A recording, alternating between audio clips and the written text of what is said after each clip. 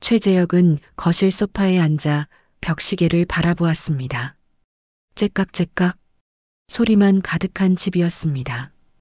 61세 고등학교 국어교사로 35년을 일하고 은퇴한 지 9년이 흘렀습니다. 울산 중구의 3층 주택은 한때 웃음소리로 가득했습니다. 하지만 아내가 세상을 떠난 뒤 8년 동안 이곳은 그저 잠만 자는 공간이 되었습니다.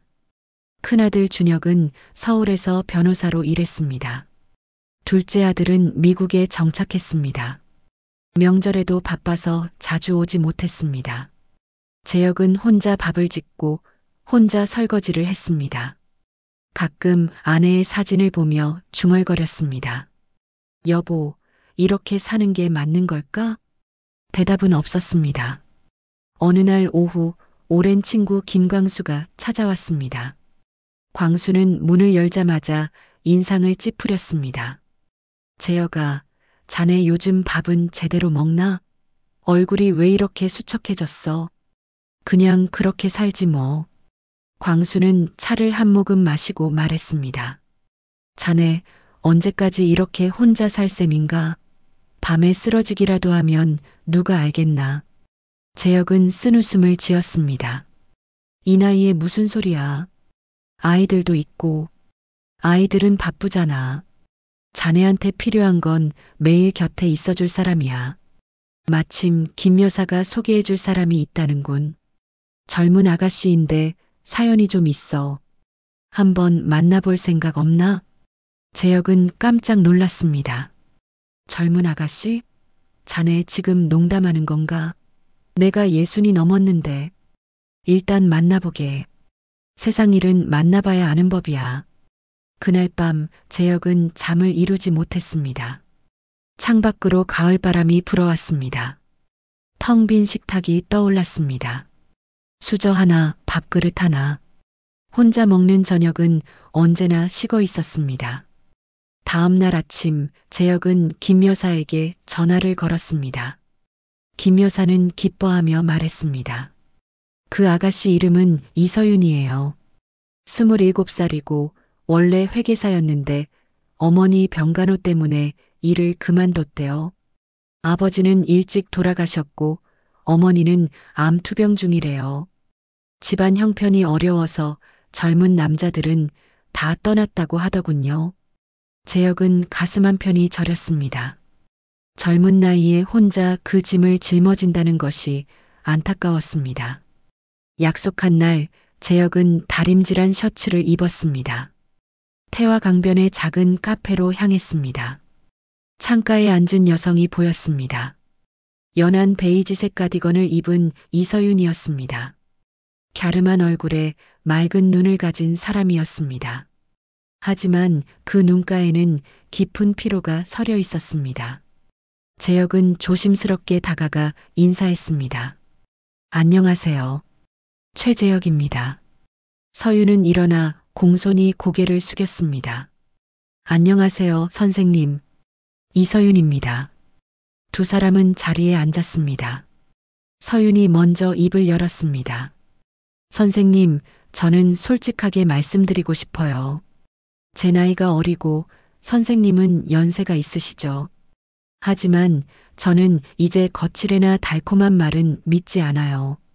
진심으로 의지할 수 있는 분을 찾고 있어요. 재혁은 그녀의 눈을 바라보았습니다.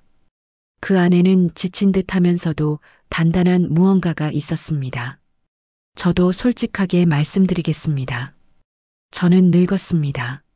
하지만 남은 인생을 함께 나눌 수 있는 사람이 필요합니다. 대화가 이어졌습니다. 책 이야기, 음악 이야기, 그리고 가족 이야기. 서윤은 어머니의 병세와 생활의 어려움을 담담하게 말했습니다. 재혁은 아내를 잃은 후의 외로움을 조용히 털어놓았습니다. 헤어질 때 서윤이 작게 말했습니다. 다음에 또 뵙고 싶어요, 선생님. 집으로 돌아오는 길, 재혁의 가슴에는 낯선 설렘이 일었습니다. 그리고 동시에 불안감도 밀려왔습니다. 오늘의 만남이 그의 인생에 예상치 못한 변화를 가져올 것이라는 사실만은 분명했습니다. 일주일 후 서윤에게서 전화가 왔습니다. 선생님, 혹시 시간 괜찮으세요? 저희 집에서 저녁 식사라도 대접하고 싶은데요. 어머니께서도 선생님을 꼭 뵙고 싶어 하세요. 다음 날 저녁 재혁은 과일 바구니를 들고 부산 동구로 향했습니다. 좁은 골목길을 지나 낡은 다세대 주택 앞에 섰습니다. 회색 페인트가 벗겨진 벽, 녹슨 대문, 세월의 흔적이 역력했습니다. 안으로 들어서자 작은 거실이 보였습니다. 낡은 소파 위에 담요를 덮은 여성이 누워 계셨습니다. 서윤의 어머니였습니다. 창백한 얼굴에 깊은 주름이 새겨져 있었습니다. 어머니는 힘겹게 몸을 일으켰습니다. 재혁이 황급히 다가가 말했습니다. 편히 계세요. 제가 인사드리겠습니다. 어머니는 약한 목소리로 말했습니다. 감사합니다. 우리 서윤이가 선생님 칭찬을 많이 하던데요. 좋은 분을 만난 것 같아 저도 기쁩니다. 서윤이 부엌에서 저녁상을 들고 나왔습니다. 된장찌개와 소박한 반찬들. 화려하지 않았지만 정성이 느껴졌습니다. 식사 중에 어머니가 말했습니다. 저 때문에 우리 딸이 고생이 많습니다. 결혼하겠다던 남자도 있었는데 제가 아프다는 걸 알고는 떠나버렸어요. 재혁은 숟가락을 놓았습니다. 어머님, 그런 사람은 인연이 아니었던 겁니다. 선생님 같은 분이 곁에 계셔 주시면 제가 마음 놓고 눈을 감을 수 있을 것 같습니다. 그 말에 재혁은 할 말을 잃었습니다. 서윤은 고개를 숙인 채 눈물을 닦았습니다. 식사 후 서윤이 재혁을 골목 어귀까지 배웅했습니다. 저녁 바람이 차가웠습니다. 선생님, 오늘 와주셔서 감사합니다. 제가 도울 수 있는 일이 있으면 언제든 말씀하세요. 집으로 돌아오는 길, 재혁은 복잡한 감정에 휩싸였습니다. 그녀를 돕고 싶었습니다. 하지만 동시에 두려움도 밀려왔습니다. 그날 밤 재혁은 준혁에게 전화를 걸었습니다. 준혁아, 아버지가 요즘 한 분을 만나고 있다. 전화기 너머로 침묵이 흘렀습니다. 준혁이 물었습니다. 누구세요? 젊은 분이야. 하지만 사연이 있어서. 젊은 분이요? 아버지, 설마 재혼 같은 거 생각하시는 건 아니시죠? 준혁의 목소리가 차갑게 식었습니다. 준혁아, 아버지도 외롭다. 너희들은 서울에 있고 아버지는 혼자. 아버지, 어머니 돌아가신 지 얼마나 됐다고요? 아직 10년도 안 됐잖아요. 아버지 마음속에는 어머니만 계셔야죠. 아버지 마음도 좀 생각해다오. 저도 아버지 생각해서 하는 말이에요. 젊은 여자가 아버지한테 진심일 리 없어요. 전화가 끊겼습니다. 재혁은 한참을 그 자리에 서 있었습니다. 가슴이 답답했습니다. 며칠 후 서윤에게서 다시 전화가 왔습니다. 목소리가 떨리고 있었습니다. 선생님, 큰일 났어요. 어머니 수술비로 빌렸던 돈 때문에 사채업자가 집을 넘기라고 협박해요. 차용증에 이상한 조건이 있대요. 재혁은 주먹을 꽉 쥐었습니다. 걱정 마세요. 제가 가겠습니다. 재혁이 서윤의 집에 도착했을 때 대문 앞에 낯선 남자가 서 있었습니다. 30대 중반쯤 되어 보이는 남자였습니다. 검은 가죽 점퍼를 입고 담배를 피우고 있었습니다. 강태식이었습니다. 누구세요? 강태식이 재혁을 위아래로 훑어보았습니다. 저는 이서윤 씨의 지인입니다. 지인? 할아버지 뻘 되시는 분이 무슨 지인이야? 재혁은 분노를 삼켰습니다. 무슨 일로 오셨습니까? 무슨 일이긴. 돈 받으러 왔지. 이 집 곧 내 거야. 그때 서윤이 집 안에서 나왔습니다. 얼굴이 창백했습니다. 강태식이 서류 뭉치를 꺼내 흔들었습니다. 여기 봐. 1,500만 원 빌려줬는데 3개월 안에 못 갚으면 이 집을 넘기기로 했잖아. 이자는 월 10%. 서윤이 떨리는 목소리로 말했습니다. 그런 조건 없었어요. 저는 그냥 1,500만 원만 빌렸어요. 증거가 있어? 여기 차용증에 다 서명했잖아. 재혁이 서류를 받아들었습니다. 꼼꼼히 읽어보았습니다. 분명 이상한 조항들이 추가되어 있었습니다. 이건 위조된 것 같습니다. 강태식이 비웃었습니다. 위조? 증거 있어요? 경찰에 신고해봐요. 법은 증거로 말하는 거야. 강태식은 담배를 버리고 떠났습니다. 재혁과 서윤은 멍하니 서 있었습니다. 집 안으로 들어가자 어머니가 기침을 하며 물었습니다. 무슨 일이에요? 서윤은 아무렇지 않은 척 웃었습니다. 아무것도 아니에요, 어머니. 하지만 어머니는 알고 있었습니다. 눈물이 흘렀습니다. 다 내 탓이야. 내가 아프지만 않았어도. 재혁은 두 사람을 바라보았습니다. 가슴이 무너지는 것 같았습니다. 그날 밤 재혁은 서윤과 함께 차용증을 다시 살펴보았습니다. 서윤이 서랍에서 원본 서류를 꺼냈습니다. 재혁이 두 서류를 비교했습니다. 분명 다른 점이 있었습니다. 필체가 달랐고 잉크 색깔도 미묘하게 달랐습니다. 이걸 가지고 경찰서에 갑시다. 다음 날 두 사람은 경찰서를 찾았습니다. 담당 형사는 서류를 보더니 말했습니다. 감정을 의뢰해야 할 것 같습니다. 시간이 좀 걸립니다. 최소 2주에서 한 달. 경찰서를 나오며 서윤이 중얼거렸습니다. 선생님, 제가 선생님께 폐만 끼치는 것 같아요. 그런 말하지 마세요. 그날 저녁 재혁이 집에 돌아오니 준혁이 기다리고 있었습니다. 얼굴이 굳어 있었습니다. 아버지, 요즘 부산에 자주 가신다면서요? 동네 사람들이 다 알아요. 아버지가 젊은 여자 만난다고. 준혁아, 아버지 말 좀 들어다오. 저는 반대예요. 아버지, 그 여자가 아버지 재산 노리는 거 아니에요? 그런 사람 아니다. 어떻게 아세요? 아버지는 너무 순진하세요. 준혁은 돌아섰습니다. 재혁은 아들의 뒷모습을 바라보았습니다. 가슴이 답답했습니다. 며칠 후 마을 사람들의 수군거림이 시작되었습니다. 최 선생님이 젊은 여자 만난대. 60 넘어서 무슨 짓이야. 재혁은 마트에 갈 때마다 그런 시선을 느꼈습니다. 하지만 아무 말도 하지 않았습니다. 어느 날 밤 서윤에게서 급한 전화가 왔습니다. 선생님, 어머니가 쓰러지셨어요. 병원에 계세요. 재혁은 서둘러 병원으로 달려갔습니다. 중환자실 앞에서 서윤이 울고 있었습니다. 의사 선생님이 시간이 얼마 남지 않았대요. 재혁은 그녀의 어깨를 감싸 안았습니다. 힘내세요. 서윤은 재혁의 품에 안겨 흐느꼈습니다. 복도를 오가는 사람들이 두 사람을 쳐다보았습니다. 하지만 재혁은 신경 쓰지 않았습니다. 그날 밤 재혁은 병원 복도 의자에 앉아 생각했습니다. 왜 이렇게 된 걸까? 하지만 이제 돌아갈 수도 없었습니다. 서윤을 외면할 수 없었습니다. 새벽녘 재혁은 조용히 기도했습니다.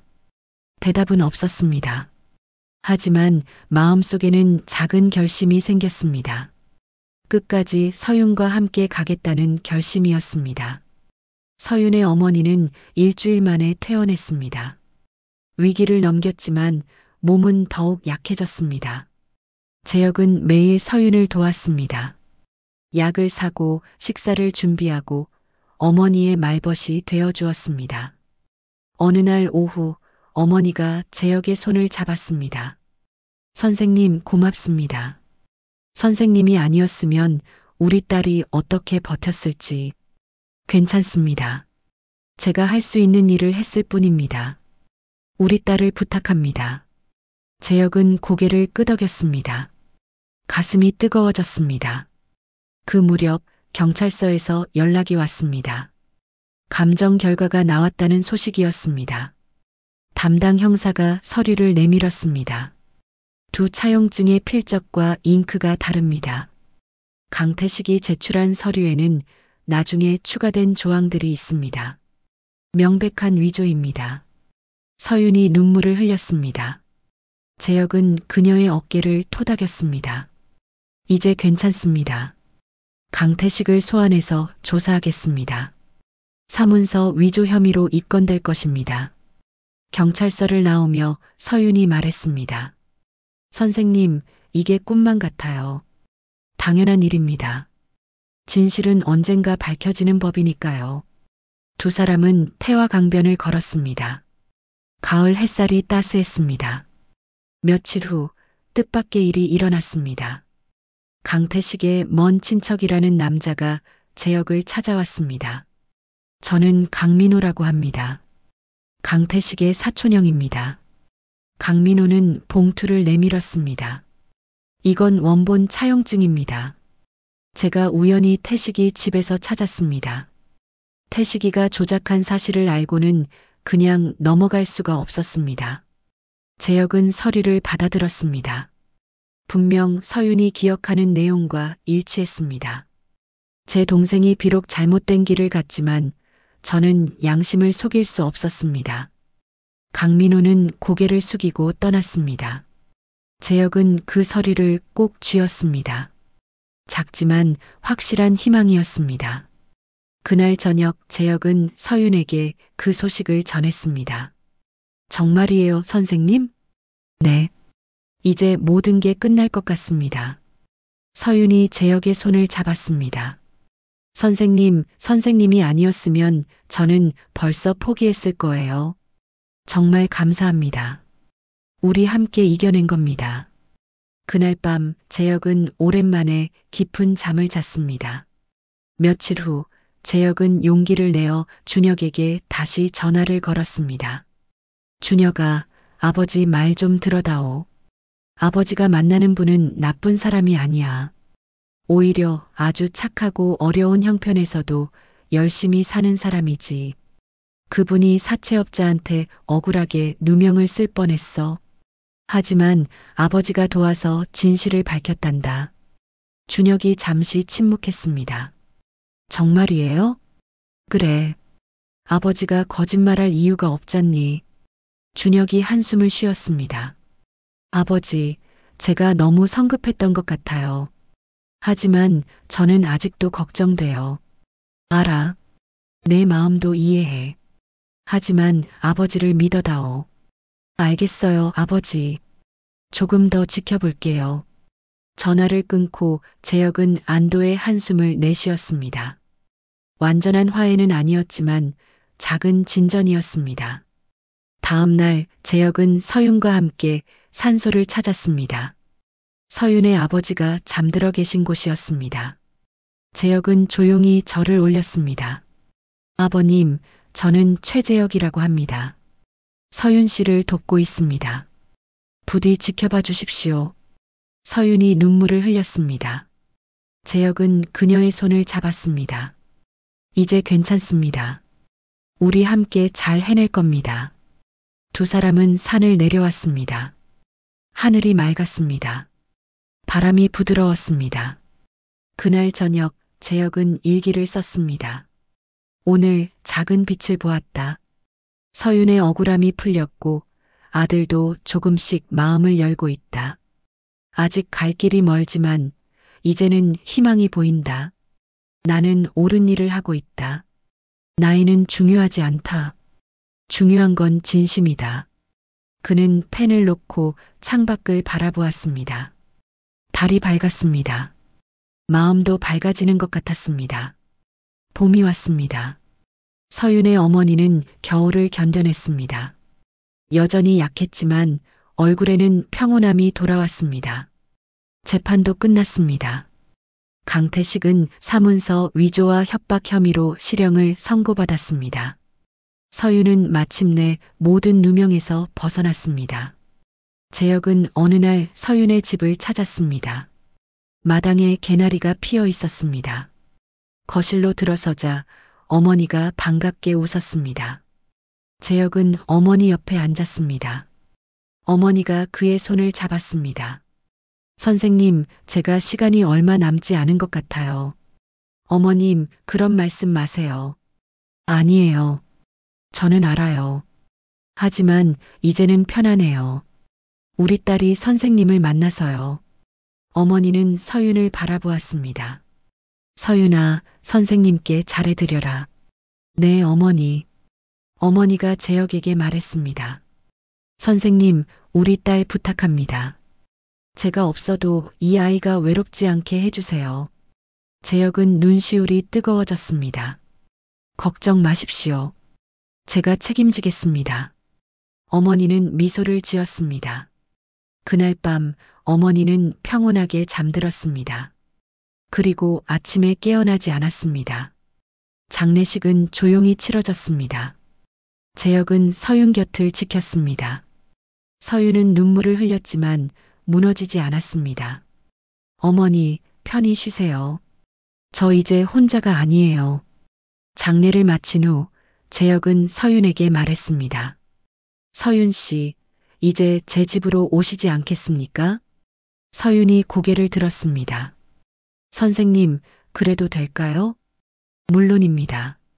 제 집은 넓습니다. 하지만 아드님께서 제가 말씀드리겠습니다. 재혁은 준혁에게 전화를 걸었습니다. 이번에는 단호한 목소리였습니다. 준혁아, 아버지가 결심했다. 서윤 씨와 함께 살기로 했어. 아버지 말 들어다오. 아버지는 이제 외롭지 않아. 서윤 씨 덕분에 삶의 의미를 다시 찾았단다. 준혁이 한참을 침묵했습니다. 그리고 조용히 말했습니다. 아버지, 제가 울산으로 내려가도 될까요? 그분을 한번 뵙고 싶어요. 재혁은 놀랐습니다. 정말이냐? 네. 아버지가 그렇게까지 말씀하시는 분이면 제가 직접 만나봐야 할 것 같아요. 며칠 후 준혁이 울산으로 내려왔습니다. 재혁의 집에서 서윤을 만났습니다. 서윤은 긴장한 얼굴로 인사했습니다. 안녕하세요. 이서윤입니다. 준혁은 그녀를 찬찬히 바라보았습니다. 그리고 고개를 숙였습니다. 저는 최준혁입니다. 그동안 오해가 많았습니다. 죄송합니다. 서윤이 당황했습니다. 아닙니다. 저야말로. 준혁이 말했습니다. 아버지께서 행복하시면 저도 좋습니다. 부디 아버지 잘 부탁드립니다. 재혁은 두 사람을 바라보며 눈물을 닦았습니다. 가슴이 벅찼습니다. 그날 저녁 세 사람은 함께 식사를 했습니다. 어색했지만 따뜻한 시간이었습니다. 준혁이 서울로 돌아간 후 재혁과 서윤은 태화 강변을 걸었습니다. 벚꽃이 만개해 있었습니다. 선생님, 이제 정말 괜찮을까요? 물론입니다. 우리는 떳떳합니다. 서윤이 재혁의 팔을 잡았습니다. 선생님, 저 행복해요. 저도 행복합니다. 두 사람은 강변을 따라 걸었습니다. 꽃잎이 바람에 날렸습니다. 재혁은 61년 인생에서 처음으로 진정한 평화를 느꼈습니다. 며칠 후 재혁과 서윤은 조촐한 결혼식을 올렸습니다. 친구 몇 명과 준혁 그리고 이웃들이 참석했습니다. 화려하지 않았지만 따뜻한 자리였습니다. 재혁은 서윤의 손을 잡고 말했습니다. 서윤 씨, 우리 남은 인생 함께 걷겠습니다. 네, 선생님. 저도 선생님과 함께 하겠습니다. 식이 끝나고 두 사람은 집으로 돌아왔습니다. 재혁은 거실 소파에 앉았습니다. 더 이상 텅 빈 집이 아니었습니다. 서윤이 부엌에서 차를 준비했습니다. 따뜻한 향기가 집안을 채웠습니다. 재혁은 창밖을 바라보았습니다. 저녁 노을이 아름다웠습니다. 인생은 참 알 수 없다. 예순이 넘어 이런 행복을 다시 찾을 줄이야. 서윤이 차를 내밀었습니다. 선생님 드세요. 고맙습니다. 두 사람은 나란히 앉아 차를 마셨습니다.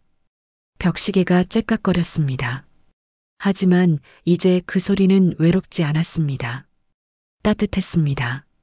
재혁은 서윤의 손을 잡았습니다. 우리 잘 살아봅시다. 네, 선생님. 함께라면 할 수 있을 거예요. 밖에서는 봄바람이 불었습니다. 새로운 시작이었습니다.